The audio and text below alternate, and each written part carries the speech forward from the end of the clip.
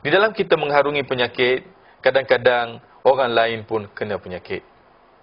Kita kena ingat kita hidup, ini adalah bersaudara.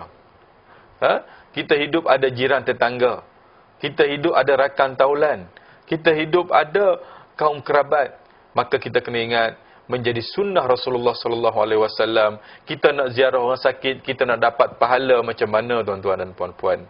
Saya nak bagi tips-tips pada ruangan ini. Mudah-mudahan kita ziarah pesakit. Yang pertama sekali, kita bagi pada pesakit itu harapan. Ayat mana kita nak baca bila kita sentuh pesakit. Bagaimana pesakit kalau kita pergi, dia senyum, dia tak boring. Bagaimana tips-tipsnya, tuan-tuan dan puan-puan. Dan kerana apa? Kerana kita juga mempunyai hak. Yang pertama, hak kepada saudara mara kita. Yang kedua, hak kepada jiran tetangga kita. Apabila mereka sakit, macam mana kita nak buat, tuan-tuan dan puan-puan? Rahimakumullah.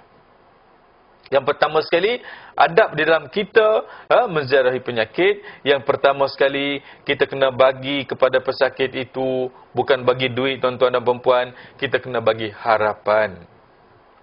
Sebagaimana pesan Rasulullah SAW kepada kita, apabila kamu menziarah pesakit, maka bussu fihil amal, kamu berikan kepada dia harapan untuk terus hidup. Jangan kita pergi ke orang sakit, kita kata, kawan aku dulu sakit macammu, tak sampai 2 jam meninggal. Sedih, gundah gulana pesakit tersebut atas katil. Kita sudah bagi pada dia, bukan harapan. Kita bagi pada dia kesedihan, kedukacitaan, tuan-tuan dan puan-puan. Jadi, bahasa yang kita nak gunakan supaya sedapkan hati dia, insya-Allah kamu akan sembuh 2-3 hari lagi.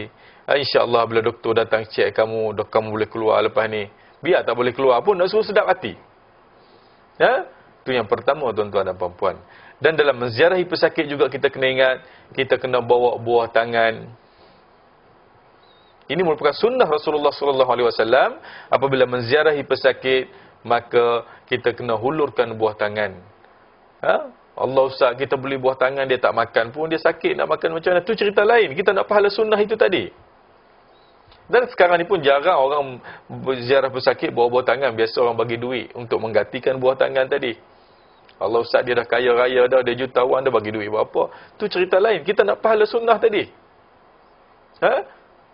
Dan yang ketiga, tuan-tuan dan puan-puan, kita kena melawat pesakit pada waktu yang sesuai. Waktu yang sesuai. Jangan kita ziarah pesakit pukul 2 pagi. Jangan kita ziarah pesakit waktu makan 1 tengah hari. Waktu dia rehat. Jangan, tuan-tuan dan puan-puan. Sebab itulah hospital pun ada time lawat. Dia tak mahu bagi kita kacau orang sakit di atas katil hospital tersebut. Itu yang ketiga. Dan yang keempat, kita kena ingat juga bahawa bila kita menziarahi pesakit, jangan sekali-kali kita duduk dekat pesakit tu dengan waktu yang begitu lama. Pergi ziarah orang hospital sampai 3 jam. Dia tidur, kita tidur atas katil. Itu bukan sunnah. Ziarah orang pesakit ni paling lama pun 10 minit. Tanya khabar dia. Dan jangan duduk sembang panjang-panjang dengan dia. Dia sakit, dia nak relax. Kita tanya, Piala Dunia pun ni siapa menang? Tanya pesakit. Isu Palestin macam mana? Dia duduk fikir. Dia sakit otak nak jawab. Dah lah dia sakit dah. Tuan-tuan dan puan-puan kena ingat, ini semua bukan amalan kita. Ini semua diajar oleh Rasulullah SAW. Bagaimana caranya untuk kita mendapat pahala apabila kita menziarahi orang sakit. Maka kita gunakanlah tips dan petua-petua yang saya berikan tadi.